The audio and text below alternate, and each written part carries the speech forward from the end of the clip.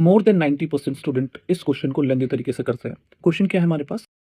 चलो भाई देखो अब मैं क्या करता हूँ। हमारे पास एक सर्किट दिया हुआ है जिसके अंदर हमें इस 10 ओम के रजिस्टर के अक्रॉस करंट बताना है। तो इस क्वेश्चन को करने के लिए हम मैश एनालिसिस का यूज ना करते हुए नोडल एनालिसिस का यूज करेंगे। वो कैसे यूज करते हैं ध्यान से देखिए। हम इस सर्किट में रेफरेंस के लिए किसी एक पॉइंट को ग्राउंड कर देते हैं। Let's this point is grounded, so इस पॉइंट का पोटेंशियल हो जाएगा 0 वोल्ट। सिमिलरली ये पॉइंट भी 0 वोल्ट एंड ये वाला पॉइंट भी 0 वोल्ट, राइट। ऐसे ही अगर यहाँ पर 0 वोल्ट है तो 4.5 वोल्ट की बैटरी लगने के बाद this point will be at 4.5 volt. Similarly ये पॉइंट भी 4.5 वोल्ट पर होगा।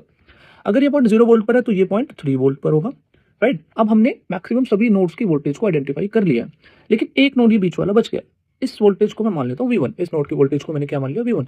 अगर मैं इस नोड की वोल्टेज को निकाल पाता हूँ तो मेरा सर्किट सोल्व हो जाएगा ऑलमोस्ट। V1 को निकालने के लिए हम लोग नोडल एनालिसिस का यूज करने वाले हैं। हम इस पॉइंट पर KCL लगाएंगे। लेट्स से इन तीनों ब्रांचेस में I1, I2 और I3 करंट फ्लो कर रहा है and it is meeting at this point.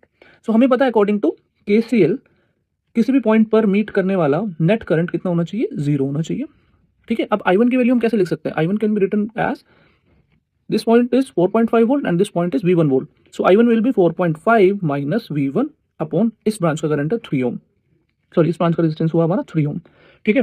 Plus इस पॉइंट की अगर मैं बात करूं, यहाँ पर I2 से कितना करंट आ रहा है?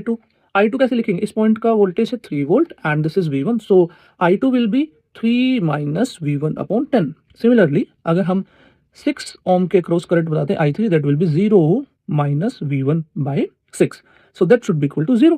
अगर हम इस इक्वेशन को सोल्व करते हैं तो हमारे पास V1 की वैल्यू आ जाएगी 3 वोल्ट, राइट। सो 3 वोल्ट वैल्यू आने के बाद अब हमें कौन सा करंट निकालना है? 10 ओम के अक्रॉस, दैट इज I2 का वैल्यू कितना होगा? I2 will be 3 minus V1 by 10, so this will be 3 minus 3 by 10, सो हमारा आंसर आएगा 0।